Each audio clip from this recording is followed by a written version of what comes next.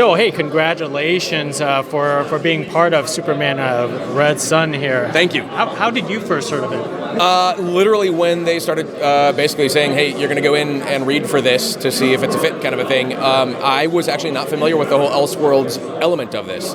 And then once I learned about the project and saw what it was about, and I wanted it so badly. So very, very compelling, fascinating way of approaching so much of these characters that we've come to know in many different forms. But this one especially is just, well, it's out of this world. It's Elseworld, yes. Yeah.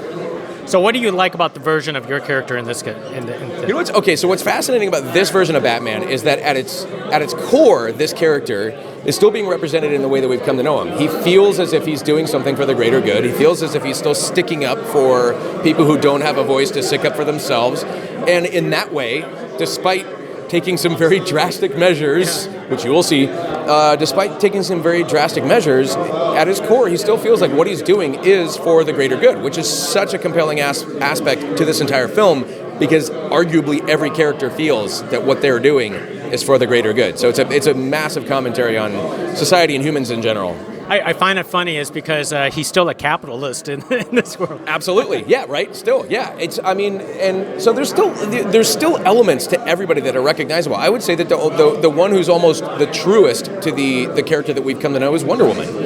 You know, I mean, she has her head screwed on straight this entire film. You know, I love what goes on. Now, there are so many iterations of Batman voices through the years, whether it's through the movies or whether through the cartoons. Totally. Which iteration did you come up with? Oh, Kevin Conroy. I mean, without a doubt. I mean, it was right in the prime of when I was in junior high, high school. So it was Kevin Conroy and Mark Hamill, and also the 60s version of Batman. That's really probably the first introduction that I had was Adam West as Batman. Yeah. So vocally, and you couldn't have picked a more distinctive voice than Adam West for it. So I don't know. I would say that the 60s version of Batman was probably my first exposure to the character. But in terms of voice performances, it's Kevin Conroy all the way. I know, you have big shoes to fill yourself. Well, and I've said this, when we did Arkham Origins, I said no one's filling any shoes. You cannot fill those shoes. Yeah. Those shoes are not to be filled. It stands on its own. All we can hope to do is pay homage to the character and keep our versions of I hope that it's the same for any actor that gets to portray this character, that we do something that helps further the character, helps further the franchise, helps keep fans inspired, introduces to a newer generation, all that kind of stuff. But there's no, yeah, that's right, I'm filling those shoes. Not in a million years. Never. Now, before I let you go, you have done this hundreds of times, these voiceovers and so on.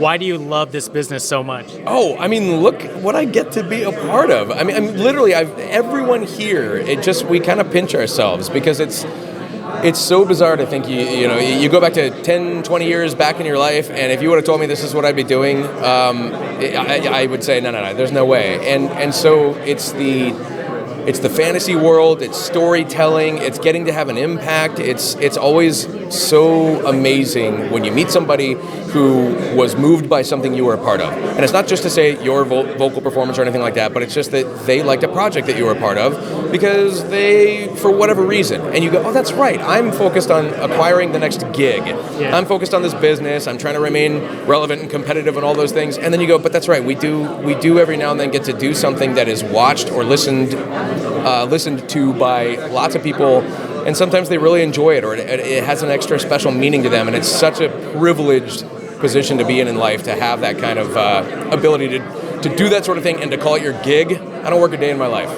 Well, that's true. 10, 20 years ago, if someone told me I was going to talk to you, I wouldn't know. Right? Yeah, exactly. I mean, that's this, and so you got to imagine, I'm standing in front of a movie poster, as a guy who, not that long ago was just like, I don't know what I'm doing in life. I don't know where I'm going to wind up. I don't know. I'll go do this. And then to have these moments happen, and for lightning to have struck as many times in my life as it has, I'm absolutely a very fortunate human being. Excellent. Hey, thank you very much. Thank you, man. Thank you very much. Thank you. Enjoy the film.